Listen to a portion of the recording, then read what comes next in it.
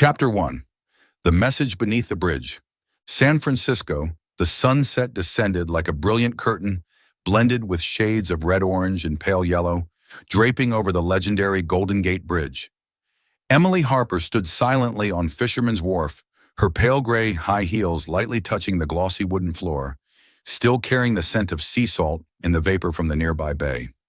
The wind blew through, icy cold, carrying the distant sound of a ship's horn and the steady lapping of waves against the weathered pilings. She pulled her thin, light green wool coat tighter around herself, her deep blue eyes fixed on the bridge in the distance, a vivid red steel strip standing out against the darkening sky. Cars glided across the bridge like tiny streaks of light, flickering in the twilight, evoking a feeling both familiar and distant. This had once been the place where she and Jack Sullivan stood together, hand in hand, dreaming of a future that wasn't lavish but complete. Now all that remained were fragments of memory, and she wondered if she had ever truly understood that man. The phone in her coat pocket vibrated, a small but sharp sound that pulled her from her reverie. Emily frowned, retrieving her iPhone with a slow, almost reluctant motion, as if she feared someone was trying to intrude on this rare moment of peace. The screen lit up in the dim twilight, and a message from an unknown number appeared before her eyes. Ask Jack Sullivan about the $20 million he embezzled. He's not as clean as you think. Her heart pounded, as if an invisible hand were squeezing it. She reread each word, her trembling finger sliding across the screen, as if to confirm it wasn't an illusion tricked by the sunset's light. $20 million. Embezzlement. Jack. Those words spun in her mind like a fierce whirlwind, dragging along memories she had tried to bury for the past year. Her breathing quickened, and she had to lean her hand against the cold wooden railing to steady herself. The sea breeze blew harder, bringing a biting chill that cut through her skin, but she no longer felt it. Only a deeper chill, rooted in her core, spreading from that mysterious message like a warning she couldn't ignore. Emily closed her eyes, trying to breathe evenly, but the image of Jack Sullivan emerged vividly in her mind like a ghost that refused to leave. She remembered the first time she met him, 6 years ago, at a startup conference in Silicon Valley. Back then, Jack was just a skinny 28-year-old with messy black hair, wearing a frayed plaid shirt and faded sneakers he proudly claimed had been with him since the days of sleeping under overpasses. He stood on a small stage in a rundown convention center, his gray eyes blazing, talking about an AI app that could help farmers optimize their crops. A simple idea brimming with passion. Emily, 26 at the time, fresh out of UC Davis with a degree in environmental science, was drawn to his sincerity. She had grown up in Sacramento, in a modest middle-class family, her father a high school biology teacher, her mother growing organic vegetables to sell at the local farmers market. Jack, with his poor upbringing from the working-class neighborhood of Oakland, where he'd worked part-time at the docks to pay for college, seemed like a perfect fit for her world. Unpretentious, unarrogant, just ambition and honesty. They started dating a few weeks after the conference, amid late-night coffee runs in Palo Alto, where Jack would recount the days he slept under overpasses to save on rent, in drives to Sacramento to visit her family's small farm. She remembered the first time he met her parents, Jack clumsily spilling a glass of water on the dinner table, then laughing loudly as he apologized, making her mother chuckle, and her father pat his shoulder like a son. "One day, Em," he said one evening as they sat on the old swing in her parents' backyard, his eyes sparkling under the moonlight, "I'll give you the world, but not the fancy kind. Just a little house, a garden, and some chickens for you to raise." She had believed him, believed in that smile, believed in the way he held her hand so tightly she could feel his heartbeat through his calloused fingertips. They married 2 years later, in a simple ceremony in her parents' backyard, with wildflowers picked from a nearby field, and homemade cake her mother had stayed up all night to prepare. But then everything changed, slowly but unstoppable, like rainwater seeping through dry earth and cracking stone. Jack's app, Green Pulse, exploded beyond imagination. From a small startup operating out of a rented garage in San Jose, it became a tool coveted by major agricultural corporations from California to Iowa. Jack went from a poor kid to a millionaire in just 3 years, with tens of millions in contracts and invitations to parties in San Francisco, where he shook hands with tech billionaires and Hollywood stars. Money flooded in like a deluge, along with first-class flights, sleek Teslas, and the glamour he'd once mocked when they sat eating sandwiches in an old pickup truck in Sacramento. Emily tried to keep up with him. She moved from Sacramento to live with Jack in a luxurious penthouse in the Soma district, abandoning her environmental research job at a small nonprofit to help him manage the company's public image. She learned to wear evening gowns instead of flannel shirts, learned to smile for cameras instead of shying away from them. But Jack was no longer her Jack. He started coming home late, often past midnight, the smell of expensive whiskey and unfamiliar perfume clinging to his suit jackets. The silly texts he used to send her, "I love you, even if you burn the kitchen again," were replaced by cold silence or curt replies. "I'm busy, talk tomorrow." She told herself it was the pressure of success, that he just needed time to adjust. But deep down, she knew something was lost. And then Chloe Bennett appeared, like a storm sweeping through their lives. One evening, Emily came home early from a conference in Berkeley, carrying a bag of sandwiches from Jack's favorite deli to surprise him. She opened the penthouse door and saw Chloe, the reality TV star with shimmering blonde hair, ruby red lips, and an arrogant smile, sitting on their white leather sofa, her red high heels propped on the coffee table as if she owned the place. Jack stood nearby, a whiskey glass in hand, his face paling when he saw Emily. "It's just business, Em," he stammered, his voice trembling. "Chloe wants to collaborate on promoting Green Pulse." But his eyes avoided hers, and Emily's heart shattered as she realized the truth. Chloe wasn't just a partner. She was the one Jack had chosen to step into his new world, a world of spotlights and vanity where Emily didn't belong. The divorce was swift, bitter like a brief nightmare. Jack offered her a large sum, $500,000, as if money could erase the nights she cried alone in an empty apartment, or the times she read news of him and Chloe on a yacht in Monterey Bay. Emily refused the money, taking only a small apartment in the Mission District and leaving behind the penthouse Jack and the headlines, "Tech millionaire dumps wife for reality star." For the past year, she'd tried to rebuild her life in San Francisco, working for the nonprofit Future Seeds to support education for poor children in rural California. She avoided social media, where pictures of Jack and Chloe, embracing on yachts or beaming at events in Los Angeles, flooded the feeds like a cruel reminder. She told herself she'd moved on, that Jack was no longer her concern. But this message, like a stone thrown into a still lake, shattered all her efforts in an instant. Emily took a deep breath, trying to steady herself. The sea breeze grew stronger, carrying the distant ship's horn and the savory smell of grilled fish from the stalls along the wharf. She slid her finger across the screen, intending to delete the message, but her finger paused midway. "He's not as clean as you think." That sentence lodged in her mind like a needle. Jack might be a cheater, a lousy husband, but embezzling $20 million? That went beyond anything she'd ever imagined about him. Or had she never truly known him? She recalled the final days of their marriage, when Jack would often take calls in the middle of the night, stepping out onto the penthouse balcony to whisper with someone, his face tense under the city's neon glow. She'd thought it was work stress. Green Pulse was expanding too fast. He had to negotiate with big investors. Once she woke at 3 a.m. and found him in the study, typing furiously on his laptop, sweat rolling down his forehead despite the air conditioning on full blast. "Something wrong, Jack?" she asked, voice groggy. He turned, a flicker of panic in his eyes before forcing a strained smile. "Nothing, Em. Just some numbers. Go back to sleep." She'd believed him, or at least wanted to. But now that memory surfaced in a different light, cold and ominous. Was there something bigger he'd hidden from her?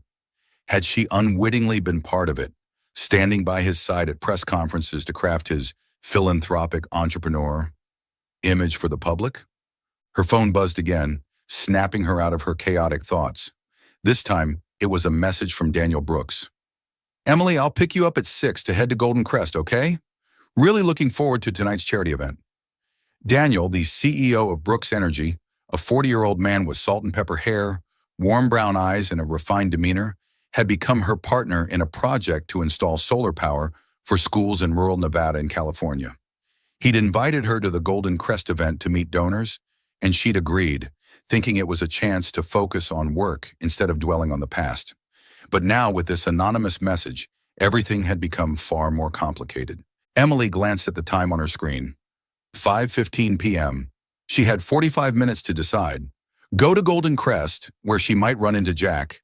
He often showed up at such events, flaunting his success with Chloe by his side, and confront him about this message, or stay here, delete it, and keep pretending the past didn't matter. But she knew she couldn't hide forever. If Jack was truly involved in a financial scandal, if he deceived not just her but the world, she needed to know the truth. Not for him, but for herself, to fully close that painful chapter and move forward without any lingering shadows. She slipped the phone back into her pocket and turned to walk toward the parking lot a few hundred meters from the wharf. The sound of waves crashing against the pier mingled with her heartbeat, now pounding faster, stronger. As she opened the door of her silver Prius and slid into the driver's seat, the faint smell of old leather mixed with the sea salt air drifting through the cracked window. She started the car, the engine's quiet hum filling the still space. One question repeated in her mind, like a silent vow. Jack, what have you been hiding from me? Her gaze hardened more than ever as she pressed the gas pedal, the car rolling away from the wharf toward Golden Crest, where she knew that, whatever happened tonight, she wouldn't let herself be the passive one anymore. Not this time. Dear beloved members of Soul Stories, recently, we've noticed several comments from our Soul Stories family asking if we have additional channels, mentioning other channels sharing videos with similar content and narration styles to ours. We would like to clarify clearly, at this moment, we only have two official channels, Soul Stories and our new channel named Soul and Love Stories, dedicated to romantic, heartfelt, and humorous short stories. Link pinned in the comments below. Apart from these two, we have no other channels. We deeply appreciate your continued love, trust, and support for Soul Stories and Soul and Love Stories. With heartfelt gratitude, Soul Stories team. Chapter 2, The Fateful Night at Golden Crest, San Francisco, 6:45 p.m. The city lights twinkled, reflecting on the bay's surface, creating a shimmering tableau beneath a sky that had turned a deep purple. The skyscrapers of downtown flickered like fallen stars, blending with the golden-orange glow from the Golden Gate Bridge, forming a scene both mystical and vibrant. Emily Harper stepped out of Daniel Brooks' gray Tesla, her pale gray high heels making small, sharp, clack-clack sounds on the granite-paved entrance of Golden Crest, the city's most luxurious restaurant, where the elite gathered to flaunt and network. The building was designed with floor-to-ceiling glass walls, offering a breathtaking view of the iconic bridge, now radiant in artificial light like a golden ribbon winding between the bay's two shores, connecting the mainland to the vast ocean.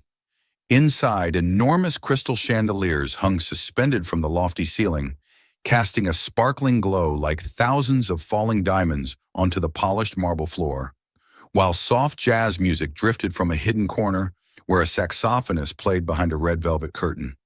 Emily adjusted her emerald green evening gown, a simple yet elegant design that hugged her slender frame like a gentle wave. The silky fabric brushed against her skin, cool in the restaurant's air-conditioned atmosphere, but it couldn't soothe the unease churning within her. She took a deep breath, trying to push back the thoughts of the anonymous message that had haunted her since the afternoon. Ask Jack Sullivan about the $20 million he embezzled. He's not as clean as you think. Those words were like tiny knives, piercing deep into her mind, resurrecting wounds she thought had healed. Daniel Brooks, standing beside her in a perfectly tailored dark gray suit, gave a slight smile, revealing faint crow's feet at the corners of his eyes, a mark of a seasoned man. "You okay, Emily?" he asked, his warm, low voice resonating like a soothing background melody, his brown eyes reflecting genuine concern. He stood a head taller than her, his salt and pepper hair neatly combed, exuding the poised demeanor of a 40-year-old who had built the Brooks Energy renewable energy empire from scratch. "I'm fine, Daniel," she replied, forcing a smile to mask the tension gripping her chest. Thanks for picking me up. I'm just a little nervous about the crowd tonight. That wasn't entirely true. The dread about Jack and the secret he might be hiding was the real reason. But she didn't want to mention the message. Not yet. Daniel nodded, resting his hand lightly on her shoulder in a reassuring gesture, its warmth seeping through the thin fabric of her dress. You'll do great, he said, his tone firm. The donors here are really impressed with our solar energy project. And so am I. You've got a big heart, Emily. His compliment warmed her cheeks slightly, a flicker of comfort threading through the storm of emotions inside her. She quickly turned her face away, gazing into Golden Crest's dazzling interior to hide the fleeting embarrassment. The main hall buzzed with affluent guests, men in expensive Armani or Tom Ford suits, women dazzling in Swarovski-studded gowns, their laughter mingling with the clinking of crystal wine glasses. The scent of costly perfume blended with the aroma of appetizer trays, fresh oysters, caviar, and toasted bread topped with foie gras, creating an atmosphere of opulence that felt almost stifling. A waiter in a black and white uniform, wearing pristine white gloves, approached with a silver tray in hand, guiding them through the crowd to a table near a large window. The light from the Golden Gate Bridge streamed through the glass, casting a shimmering veil over the white silk-covered table, where gleaming silver cutlery was impeccably arranged. As they sat down, Daniel began talking about the charity project they were collaborating on, installing solar panels for schools in rural California. He leaned forward, resting his hand lightly on the table, his voice brimming with enthusiasm. We've already raised $2 million, but tonight I'm hoping to convince a few big donors to double that figure. What do you think about expanding into Nevada? Emily nodded, leaning in to respond, her deep blue eyes lighting up as she spoke of the children she wanted to help. I think it's a fantastic idea, she said, her voice full of passion. Places like Nevada are sorely lacking in infrastructure, electricity, water, schools, and those kids deserve a better chance at education. If you're on board, I could draft a detailed plan next week. I've researched some data on... Her sentence was cut off as the main door of Golden Crest swung open again, a gust of cold air from outside rushing in, bringing an abrupt shift in the atmosphere. A couple stepped inside, drawing every eye in the room as if they were the center of the universe. Jack Sullivan, tall and imposing, in a sleek black suit, strode in with the confidence of someone who had conquered Silicon Valley. His black hair neatly swept back to reveal a high forehead and piercing gray eyes. Beside him was Chloe Bennett, the reality TV star with shimmering blonde hair styled in perfect waves, her sparkling red dress clinging to her body, teasingly visible with each step like a living flame. She clung to Jack's arm, her ruby-red lips curving into an arrogant smile, as if the entire world were her personal stage. The restaurant manager, a middle-aged man in a black tuxedo, hurried over, bowing with exaggerated deference before leading them to a VIP table near the window, just a few meters from Emily and Daniel's. Emily froze, her breath catching in her throat as if someone had squeezed it shut. Jack. She hadn't expected to see him here, though a part of her had sensed it might happen. Golden Crest was a favorite haunt of San Francisco's elite, and Jack was now an inseparable part of that world. But when his eyes inadvertently met hers, time seemed to stop. Jack's gray eyes widened for a split second, his face registering a flicker of shock as he saw Emily sitting there, radiant in her emerald gown, beside Daniel Brooks, a name even Jack, with all his bravado, had to respect in the business world. Jealousy and unease flashed in his gaze, an emotion he couldn't fully conceal, though he quickly turned to Chloe, forcing a strained smile and muttering something she couldn't hear over the jazz. Daniel noticed the change in Emily immediately. He tilted his head, lowering his voice to a near whisper. You know them. His eyes flicked toward Jack and Chloe, sharp but non-judgmental. Emily nodded, trying to keep her voice steady despite her racing heart. Jack Sullivan is my ex-husband, she said, her voice soft but clear. And she's the reason we split. Daniel raised an eyebrow, a hint of surprise crossing his face. But he didn't press further. Instead, he rested his hand lightly near hers on the table, his long fingers brushing the edge of the tablecloth, a silent gesture of comfort. At the VIP table, Chloe tilted her head, her blonde hair glinting under the chandelier, and whispered to Jack, "Didn't expect her to show up at a place like this. I thought Ms. Harper was only into cheap charity stuff." Her voice was sweet but cutting, a mocking smile playing on her lips. Jack smirked, his tone dry as it came through gritted teeth. "She was my wife, Chloe." "She has every right." But his eyes didn't leave Emily, and his hand tightened around his wine glass, his knuckles whitening slightly. He sat down, but his body remained taut, like a strung bow, as if Emily's presence a few meters away was a threat he hadn't anticipated. The tension began to simmer when Jack's phone rang mid-event, its shrill tones slicing through the soft jazz. He glanced at the screen, frowning, his thick black eyebrows knitting into a deep line. He stood, giving Chloe a curt nod, then walked to a shadowed corner near the large window, where the bridge's light couldn't fully reach his face. Emily, from her table, saw him whisper tersely into the phone, "I told you I'd handle that money. Don't call again." His voice was low, almost a growl, but loud enough for Chloe, seated nearby, to overhear. Her eyes flashed with suspicion, her red lips curling into a faint, inscrutable smile, before she turned away, pretending to sip her champagne as if nothing had happened. Emily caught it too, though faintly, and her heart pounded harder, like a hammer striking her chest. That money! Jack's words echoed in her mind, instantly linking to the anonymous message. $20 million. Was that what he meant? Could it be the secret someone wanted her to uncover? She tried to focus on Daniel, attempting to pull herself back into their charity discussion, but her eyes kept darting to Jack. He returned to the VIP table, his expression rigid, lips pressed into a thin line. Chloe whispered something to him, her hand with its red-painted nails resting on his arm, and Jack nodded reluctantly, his gaze still locked on Emily as if she were a puzzle he couldn't solve. Then, like a sudden gust of toxic wind, Jack stood, leading Chloe toward Emily's table. A small climax ignited as they stopped in front of her, Jack flashing a forced smile, his gray eyes glinting with an emotion hard to name. "Emily, didn't expect to see you here. Let me introduce you. This is Chloe Bennet."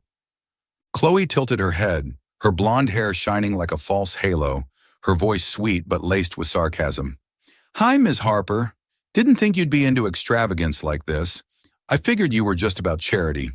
Her words were like a velvet-tipped arrow, soft yet sharp, aimed straight at Emily's pride. Emily clenched her hands under the table, her nails digging into her palms until they stung, but she maintained her composure, her lips curving into a cold smile. "I'm here for work, Chloe, not to show off like some people." The biting reply made Chloe raise an eyebrow, a flicker of annoyance in her green eyes, while Jack frowned, clearly uneasy with the exchange. He opened his mouth about to speak, but Daniel, sensing the tension, interjected with a calm voice. "Why don't you both join us for a bit? It's a rare occasion, after all." He signaled the waiter to bring more chairs, but his eyes met Jack's with a subtle challenge only the two men understood. Jack hesitated, his feet pausing as if he wanted to turn away, but Chloe swiftly sat down, pulling him with her in a possessive grip. The four now faced each other around the small round table, the air taut like a string about to snap, each clink of wine glasses from nearby tables sounding like a countdown to an explosion. Chloe started, her tone sugary but venomous. "So, Ms. Harper, does charity pay well? I heard you used to live in Jack's penthouse." Emily smiled coldly, her deep blue eyes flashing with resolve. "I don't need a penthouse to feel worthwhile, Chloe." Jack cut in, his voice sharp like a warning. "Enough, Chloe. We don't need to dig up the past." But his gaze on Emily held something complex. Jealousy, regret, or both? Daniel broke the silence, his voice low and steady like a man steering the situation. "I hear you're expanding Green Pulse to Shanghai, Jack. Congrats." Jack smirked, his smile not reaching his eyes. "Thanks. And you, Brooks? I hear Nevada's your gold mine." The conversation quickly turned into a subtle sparring match, the two men flaunting their achievements, Jack with the arrogance of someone who'd risen from nothing, Daniel with the calm assurance of a man who knew his true worth. Emily and Chloe watched, each with a different mood. Chloe with a mocking smile, Emily with growing suspicion. She couldn't stop thinking about Jack's call, the tense words he'd whispered, the anonymous message, and the possibility that tonight might mark the start of a horrifying truth bursting forth. As the waiter brought the appetizers, plates of fresh oysters with lemon and glossy black caviar, the chandelier's shimmering light fell on four faces, each hiding a secret, a wound, or a scheme. The dishes landed with a soft clink, like a signal that the night at Golden Crest was just beginning, but Emily knew deep down it wouldn't end in peace. She glanced at Jack, his eyes briefly meeting hers before darting away, and a chilling premonition rose within her. The truth was drawing near, and it would change everything. Chapter 3. The Blaze Ignites. The crystal chandeliers in Golden Crest sparkled like falling stars, but the air around the small round table where the four sat was heavy, like the calm before a storm. Emily Harper clenched her hands beneath the table, her nails digging lightly into her palms as she struggled to stay calm in the presence of Jack Sullivan and Chloe Bennett. Jack, her ex-husband, sat across from her, his gray eyes cold yet tinged with unease, while Chloe, with her shimmering blonde hair and arrogant smile, leaned toward him as if staking her claim. Daniel Brooks, the composed man in a gray suit, sat beside Emily, his brown eyes scanning each person with subtle vigilance. The upscale atmosphere of Golden Crest, the clinking of wine glasses, the scent of sandalwood from aromatic candles, and the quiet hum of jazz, couldn't mask the escalating tension. Emily felt every beat of her heart, pounding faster each time her gaze accidentally met Jack's. The anonymous message, "Ask Jack Sullivan about the $20 million he embezzled," still swirled in her mind like a whirlwind, and the cryptic phone call she'd overheard from him minutes ago only deepened her suspicions. But now, sitting here, facing him and the woman who had torn her marriage apart, she knew she couldn't stay silent forever. Daniel broke the silence first, his voice low and polite but carrying a slight edge. "So, Jack, I hear Green Pulse is expanding to Shanghai. That's a big move. You must be proud." He tilted his wine glass, the chandelier light reflecting off the crystal, casting shimmering streaks. Jack smirked, the half-smile Emily once knew so well now looking forced. "Yeah, Daniel, Shanghai's the future market. We've signed deals with 3 major corporations there, and next year's revenue is projected to double." He leaned back, trying to exude confidence, but his hand gripped the stem of his wine glass tightly, betraying a tension he didn't want anyone to see. "What about you? I hear Brooks Energy's pouring money into Nevada. Sand and sun aren't bad for the solar business, right?" Daniel nodded, his calm demeanor unwavering. "Nevada's a gold mine if you know how to tap it. We just finished a solar farm in Elko, enough to power 50,000 homes. And tonight, thanks to Emily, we're hoping to expand that project to schools." He turned to her, offering a faint smile. "She's the one behind this charity plan. I'm just the one putting up the money." Daniel's praise made Emily flush briefly, but she quickly regained her composure. "Thanks, Daniel, but it's a team effort. I just want the kids in those struggling areas to have a better shot." She tried to keep her voice steady, but her eyes couldn't help drifting to Jack. Did he hear that? Did he remember the days they talked about using money to help others instead of chasing luxury? Jack met her gaze, his eyes flickering for a moment, but then he looked away, taking a sip of wine. Chloe, seated beside him, let out a scoffing laugh, her voice sweet but sharp as a blade. "How touching, Ms. Harper. I thought you were only into low-budget charity stuff, not sitting at Golden Crest next to someone like Daniel here." She tilted her head, her ruby lips curling into a mocking smile, her green eyes glinting with delight as she saw Emily stiffen. Emily tightened her grip, but she maintained her calm, her voice icy. "The past is the past, Chloe. I'm here for work, not to draw attention like some people." The sharp retort made Chloe raise an eyebrow, the smile on her lips fading for a moment. Jack cut in, his voice gruff. "Enough, Chloe. No need to dig up old stuff." But his eyes on Emily held something complex, jealousy at seeing her with Daniel, or regret for what he'd lost. The conflict escalated when Chloe refused to back down. She leaned toward Emily, her tone sugary but venomous. "Old stuff?" You mean how Jack ditched you because you couldn't keep up with him? I heard you used to live in his penthouse in Soma, but now what? Is that little place in the Mission warm enough? Chloe giggled, clearly aiming to provoke Emily in front of Jack and Daniel. Emily felt the blood rush to her head, but she took a deep breath, keeping her voice steady. I don't live to get noticed, Chloe, and I don't need a penthouse to feel worthwhile. Maybe you should ask Jack what he thinks about real value. She turned to Jack, her eyes blazing with defiance, and this time she wasn't backing down. Jack paled, his hand trembling slightly around his wineglass. Emily, you don't have to, he started, but she cut him off, her voice shaking but firm. No, Jack, I need to know. $20 million. What is it? The question shot out like a bullet, silencing the table. Daniel frowned, his eyes darting from Emily to Jack, while Chloe leaned back, her smile stretching into something dangerous. Jack froze, his gray eyes widening for a split second before he regained control. What are you talking about, Emily? $20 million? Someone's messing with you. He forced a laugh, but his voice faltered, revealing his unease.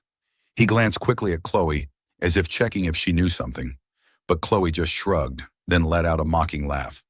Oh, sweetie, I told you to be careful with money stuff. Don't you remember? The air grew taut as a snapping string when Chloe continued, her voice sweet but deliberate.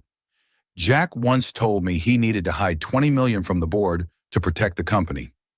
I thought he was joking, but seeing him now, maybe it's true. She tilted her head, looking at Jack with feigned innocence. But Emily saw the calculation in her eyes. Chloe wasn't accidental. She was lighting a fuse. Daniel stiffened, his hand hitting the table with a small but firm thud. He turned to Jack, his voice cold as ice. If that's true, Jack, then your investment fund involves Brooks Energy. I put $5 million into Green Pulse last year. What do you have to say? Is this a joke, or do I need to call my legal team right now? His eyes burned with a threat, no longer the calm man Emily knew. Jack's anger flared, his face reddening, and in a moment of lost control, he hurled his wine glass to the floor. The sound of shattering glass rang out, shards scattering across the glossy wooden floor, drawing the eyes of nearby diners. You dare threaten me, Brooks? He roared, leaping to his feet, his fists clenched. Who do you think you are? I built Green Pulse from nothing. I don't need you or anyone telling me what to do. Emily stood instinctively, tears streaming down her cheeks, but her eyes blazed with fury. Enough, Jack, she shouted, her voice breaking. I don't care what you think of me anymore, but if you're tied up in embezzlement, I won't stay quiet. You owe me an explanation. You owe all of us. She pointed at Daniel, then stared straight at Jack, no longer afraid or hesitant. Jack lunged forward, reaching for her arm, but Daniel stepped between them in an instant, pushing him back. Calm down, Sullivan, Daniel growled, his hand gripping Jack's shoulder. She's right. If you don't explain, I'll investigate, and I promise you won't like the outcome. Jack broke free, breathing heavily, but before he could reply, flashes of light burst from outside the window. Paparazzi had caught the drama, their cameras aimed through the glass. The restaurant manager, a middle-aged man in a black suit, rushed over, his voice frantic. Ladies and gentlemen, please follow me to a private room. We don't want trouble with the press. He gestured to the staff, and in a flash, all four were ushered down a narrow hallway, the dim glow of wall sconces illuminating their tense faces. Jack trailed behind, his hands shaking, while Chloe giggled, as if she'd just won a high-stakes game. As the door to the private room closed, the noise from the main hall cut off, leaving a stifling silence. Emily leaned against the wall, tears still rolling down her face, but she wasn't crying from sadness. She was crying from anger, from the truth beginning to emerge. Jack looked at her, his eyes red, but he said nothing. Daniel pulled out his phone, his fingers swiping quickly across the screen, and Chloe sat on a velvet chair, crossing her legs, the smile on her lips never fading. The fire had ignited at Golden Crest, and it was only starting to spread. Chapter 4. Secrets Shattered. The private room at Golden Crest was a narrow space, separated from the opulence of the main hall by dark wooden walls and thick red velvet curtains. Dim light from lotus-shaped glass sconces spilled onto the glossy wooden floor and the luxurious, leather-upholstered furniture. But the atmosphere in this room bore no trace of Golden Crest's upscale charm. It was stifling, heavy, as if every ounce of oxygen had been sucked out by the sharp words and fiery glares that had erupted just minutes ago. The tightly shut door blocked out the noise from outside, leaving a deadly silence broken only by Jack Sullivan's ragged breathing and the rhythmic tapping of Chloe Bennett's high heels on the floor as she sat down, crossing her legs with a terrifying calm. Emily Harper leaned against the wall, her trembling hands clutching her shoulders, tears streaming down her cheeks. But her gaze was no longer weak. It blazed with anger and resolve. She had just shouted at Jack, demanding he explain the $20 million in embezzled funds hinted at by the anonymous message. And now she felt as if her world was collapsing once again. Jack, a few steps away, stood motionless, his gray eyes red-rimmed, his hands shaking as if reaching for something to hold on to. Daniel Brooks, tall in his gray suit, stood between them, his fingers swiping quickly across his phone, his face expressionless, but his brown eyes burning with menace. And Chloe Bennett sat there, the smile on her ruby-red lips unwavering, as if she had just dropped a bomb and was now savoring the chaos. "What did you just say, Chloe?" Jack roared, his voice breaking, his hands clenching into fists. He stepped closer to her, his face flushed with rage and panic. Chloe's revelation, that Jack had once said he needed to hide $20 million from the board, still hung in the air like a blade slicing through the last of his defenses. "Are you kidding? Say it again." Chloe tilted her head, her shimmering blonde hair catching the light, and her smile widened into a dangerous curve. She stood, her red high heels clicking clack, clack, as she approached Jack, fearless. "I'm not kidding, sweetie," she said, her voice sweet but cold as ice. "I sold the info to a TV producer. They paid me $500,000 to spill your scandal, Jack. I'm tired of being your shadow." Time seemed to freeze. Jack stood stunned, his eyes wide, his mouth open but wordless. Emily felt her heart tighten, not out of pity for Jack, but from the brazen betrayal of Chloe, a double stab not just at him but at her, who had once lost everything to this woman. Daniel stopped typing on his phone, looking up at Chloe, his eyes darkening like an approaching storm. "What did you just say?" he asked, his voice low but sharp as a knife. Chloe turned to Daniel, shrugging with indifference. "I said I sold him out. Jack thought I was just a pretty doll to show off, but I've got my own plans. A producer from E! Wanted to do a show about a fallen millionaire, and I gave them the script. $500,000 plus a new TV deal. I chose my future." She laughed coldly, looking at Jack like he was wounded prey. "Don't you see, Jack? You're done." Jack lunged at her, swift as lightning, his hands grabbing the collar of her red dress, pulling her close. "What have you done?" he bellowed, his voice cracking, his face twisted with fury and despair. "You sold me to those vultures? You think I'll let you get away with it?" He gripped tighter, making Chloe struggle, but she shoved him hard, her slender arms surprisingly forceful. "Let me go, you lunatic!" Chloe yelled, her voice losing its sweetness, replaced by ferocity. "You think I'd stick with you forever? You're a failure, Jack. I only stayed for the money, and now I've got a way to make it without being your little mistress anymore." She stepped back, adjusting her dress, her green eyes flashing with contempt. The conflict reached its peak as Daniel stepped forward, his voice cold as ice. "Enough." He pulled out his phone, dialing with swift precision, his eyes never leaving Jack. "I'm calling Brooks Energy's legal team. If what Chloe said is true, Jack, you didn't just embezzle from the fund. You dragged my $5 million into it. I want an investigation now." He pressed call, and the ringing tone echoed in the stifling space, like a death knell. Emily couldn't take it anymore. Tears streamed down her face, but her voice broke with fury. "Jack, you've ruined everything. The company, me, and yourself." She rushed toward him, her fists clenched, her eyes blazing like fire. "I trusted you. I loved you. And what did you give me? A scandal? A traitor like her?" She pointed at Chloe, her voice trembling with emotion. "Tell me, Jack, Is it true? Did you take $20 million? Jack staggered back, his hands raised as if to shield himself, but his face was ashen, his red-rimmed eyes wild with panic. Emily, I didn't, he stammered, but his words cut off as he tripped over a chair, crashing to the floor. He scrambled up, lunging for the door, shouting, I've got to get out of here.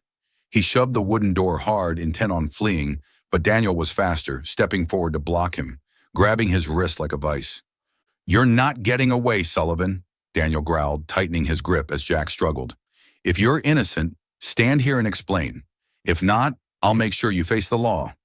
Jack thrashed, landing a punch on Daniel's chest. But Daniel was too tall and strong to be pushed back. Let me go, Brooks, Jack screamed, his voice cracking with desperation. Daniel's phone rang, interrupting the struggle.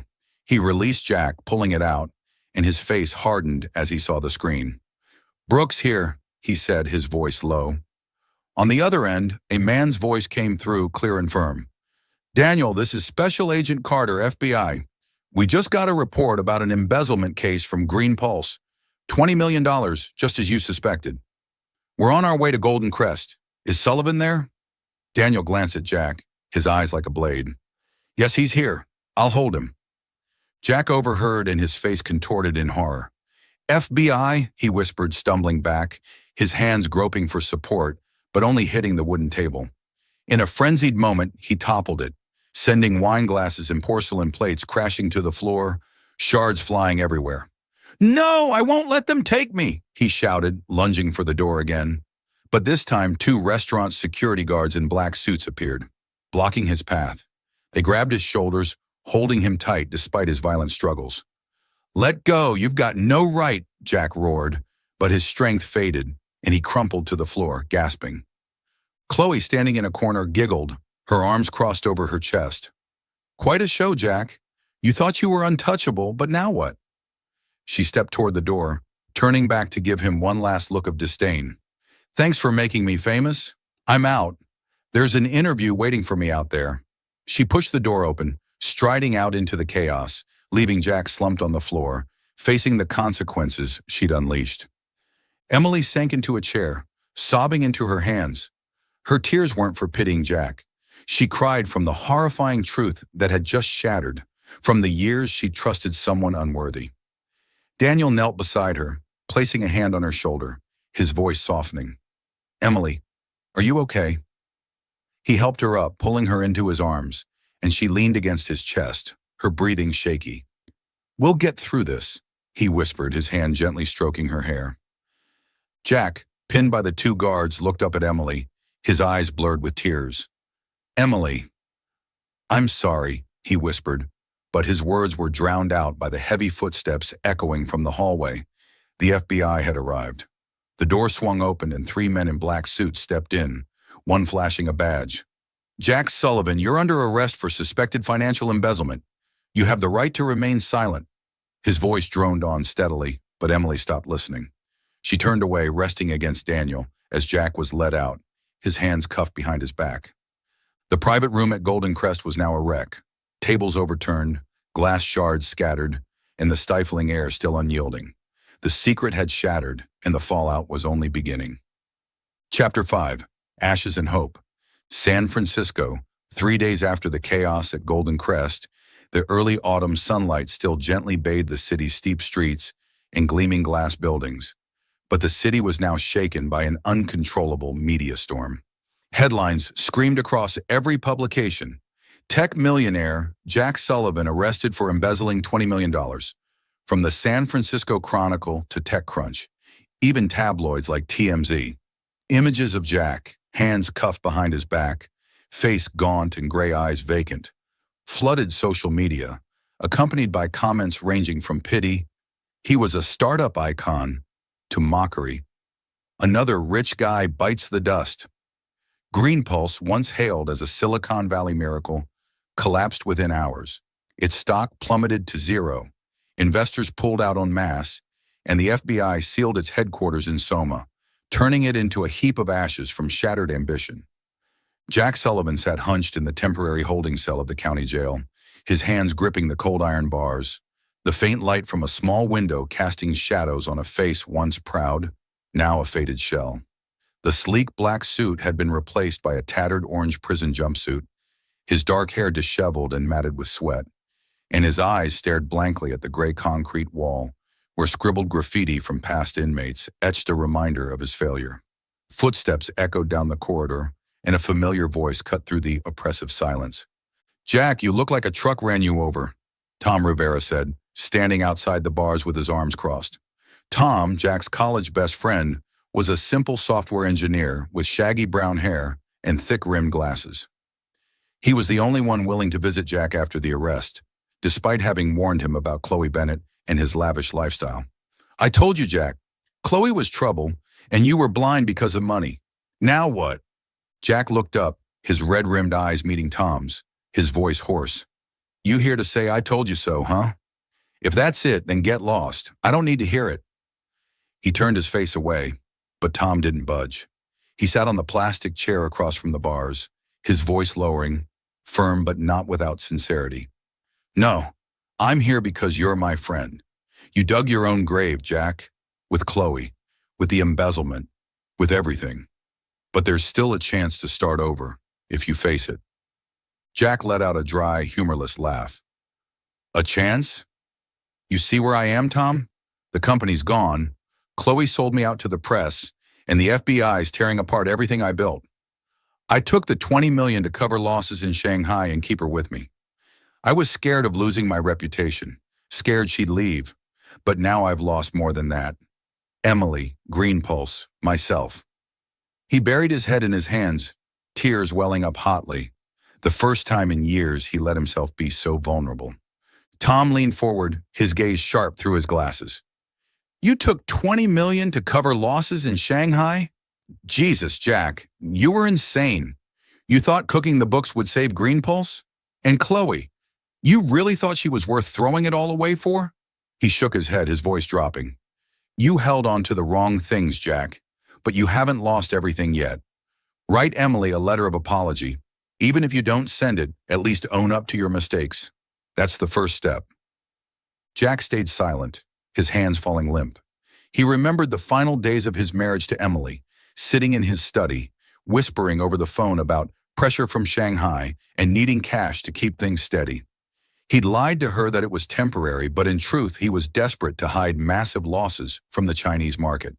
And Chloe, she demanded an LA condo, diamond rings, trips to the Maldives, all to keep her by his side, a trophy of the success he couldn't bear to lose. He'd siphoned money from the investment fund, thinking profits would cover it, but it all crumbled when Chloe betrayed him, and now he sat here with nothing but regret. "I'll think about it," Jack whispered, his voice faint. Tom nodded, standing up, slipping a scrap of paper and a pen through the bars. "Do it, Jack. Not for me, but for you." He left, leaving Jack with the blank sheet. Jack took it, his hand trembling, and in his mind the words of an apology began to form. "Emily, I'm sorry. I took the $20 million to save Green Pulse and keep Chloe, but I destroyed everything we had." A few miles away in the small Future Seeds office in the Mission District, Emily Harper sat at her desk, her deep blue eyes fixed on her laptop screen. She was drafting a report on the solar energy project for rural schools, but her mind kept drifting back to that night at Golden Crest. The sound of breaking glass, Chloe's betrayal, and Jack being led away in handcuffs. The press wouldn't let up. Ex-wife of scandalized millionaire speaks out? But she hadn't said anything, unwilling to be part of that media whirlwind. Daniel Brooks knocked on the door and stepped in, a coffee cup in hand. "Thought you might need this," he said, setting it on her desk, a gentle smile easing the exhaustion on her face. He wore a plain white shirt, sleeves rolled up, a far cry from his polished look at Golden Crest, yet still radiating the quiet charisma of a confident man. "You okay, Emily? I know the past few days haven't been easy." Emily took the coffee, its warmth seeping into her cold hands. I don't know, Daniel. Jack took the $20 million to cover losses in Shanghai and keep Chloe. I heard him say it when the FBI showed up. I never thought he'd go that far." She sipped the coffee, her voice trembling slightly. but I don't want it to drag me down. The charity project, that's what I need to focus on now. Daniel sat across from her, his gaze soft but resolute. You're stronger than you realize, Emily. That night at Golden Crest, the way you faced Jack, I've never seen anyone that brave. He might have trashed Green Pulse for Shanghai and Chloe, but you didn't let him destroy you. And this project, it'll succeed because of you. He leaned forward, his voice lowering. I'm here, not just for work. If you need someone, I'll always be here. His words warmed Emily's heart, a feeling she hadn't known since Jack's betrayal. She looked at him, seeing the sincerity in his brown eyes, so different from Jack's empty promises that kept her in the dark. Thank you, Daniel, she whispered, a small smile forming on her lips. A week later, Emily and Daniel stood on Twin Peaks, overlooking San Francisco's sprawl under the city lights. The night wind whipped through, tousling her hair, and she pulled her wool coat tighter. They'd just left a meeting with donors, and the solar project had secured another $3 million, a major step forward. Daniel stood beside her, hands in his pockets, his eyes tracing the distant skyscrapers. You've done something amazing, Emily, he said, turning to her, but there's something I've wanted to say for a while. He took a deep breath, his voice dropping. I don't just want to work with you. I want to be with you, not as a partner, but as part of your life. What do you think? Emily froze, her heart racing. She looked at him, seeing the honesty in his eyes, so unlike Jack, who'd used money to mask his emptiness and kept Chloe with lavish gifts. Daniel was a builder, not a destroyer. She began, then smiled faintly. I'd like that, Daniel, but let's take it slow, okay? He nodded, his smile brightening, and they stood there watching the city together, a quiet new beginning taking shape. Meanwhile, outside Golden Crest, Emily faced a swarm of paparazzi as she left another meeting with Daniel. Cameras flashed, voices shouted, Ms. Harper, what do you think of Jack Sullivan embezzling $20 million for Shanghai and Chloe? She paused, took a deep breath, then stepped to the microphone, her voice steady and bold. I'm not Jack Sullivan's victim. I'm Emily Harper, and I choose my own future. She turned away, stepping into Daniel's car, leaving the stunned crowd behind. Those words weren't just a statement to the press, they were to herself, a vow that she wouldn't let the past define her anymore. In jail, Jack held the pen Tom had given him, writing the first lines on the scrap of paper. Emily, I'm sorry. I took the $20 million to save Green Pulse in Shanghai and keep Chloe, but I destroyed everything we had. I don't expect forgiveness, just hope you're happy. He stopped, tears falling onto the paper, smudging the ink. He folded it, tucking it into his pocket, not sending it, but the act was a small start toward redemption. The ashes of the past lingered, but from them hope began to flicker, for Jack, for Emily, and for a new future. Chapter 6, A New Dawn. San Francisco, 1 month after the scandal at Golden Crest, a radiant dawn bathed the city in a golden glow, reflecting off the bay's surface like a promise of a fresh start. Emily Harper stood in the grand lobby of Brooks Energy's headquarters, a modern glass building in the financial district, where she had just hosted a charity auction that exceeded all expectations.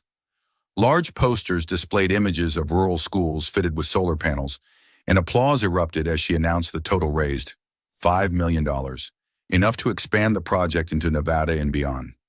She wore a simple white dress, her light brown hair tied up high, her deep blue eyes sparkling with pride as she watched the donors rise to congratulate her.